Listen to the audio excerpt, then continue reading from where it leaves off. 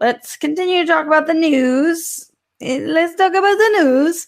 In the world of news, I guess it's more of a review. I was able to see WandaVision, and I saw the first 3 episodes of WandaVision. Thank you so much to Disney for sharing those with me. And I have to say, like I tweeted, the show is phenomenal. I was highly concerned coming into it because Wanda is my favorite character.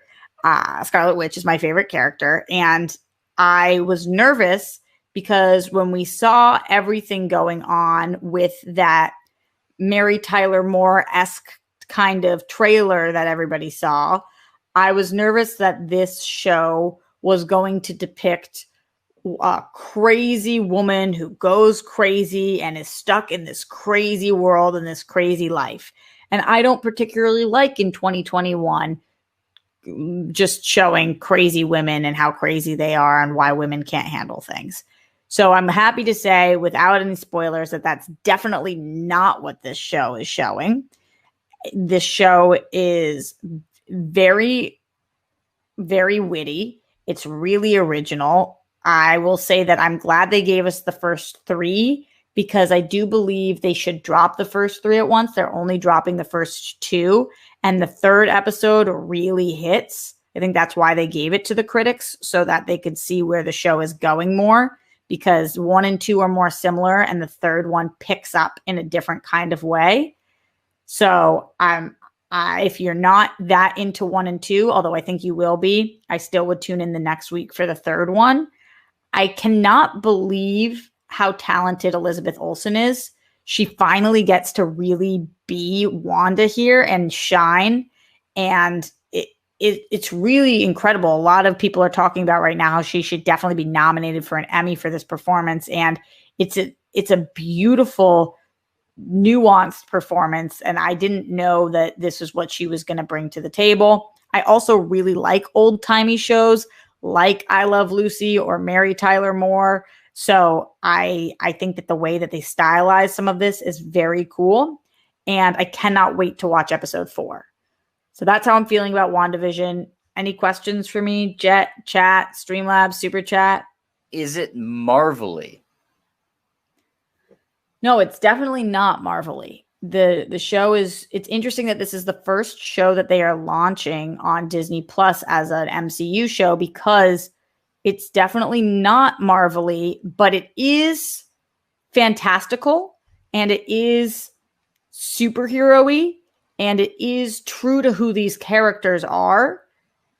You know, you don't watch this and think, that's not, Vision would never, Wanda would never. You don't watch it and think that, but at the same time, you see this and it's not like anything else we've seen in Marvel, so I definitely wouldn't call it Marvel-y.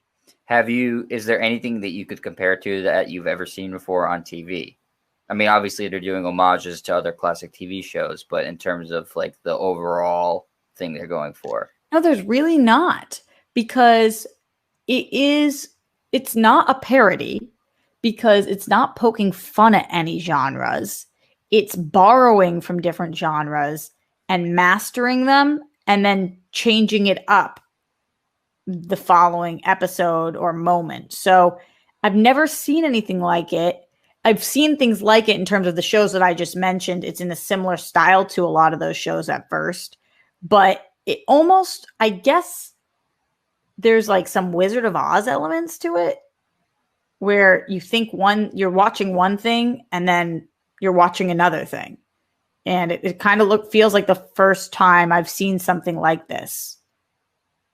Does that make sense? Yeah, I've heard in some of the spoiler-free reviews that I've read too, that like exactly like you said about Elizabeth Olsen, that she's fantastic, but also that Paul Bettany is terrific in it too.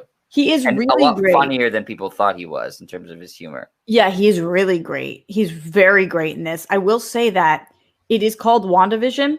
Mm-hmm. To me, it is Wanda with Vision. Like, this is Wanda's show. Right. There's a clear hierarchy of she's the main character, he's a secondary character. I feel that way. A lot of other people I've seen have not felt that way. But to me, I feel like Wanda is the protagonist of this show and Vision is an unbelievable support to her. And I think that their relationship in this show Their dynamic is so endearing and heartwarming. And I actually wish we got to see more of this in the MCU prior to this. I wish we got to see this more on the big screen because, like I said, Wanda's my favorite character and I love WandaVision, but I love Wanda and I love Vision. But this is the first time I feel like we really got to live with these characters as neither of them have a standalone movie. Right.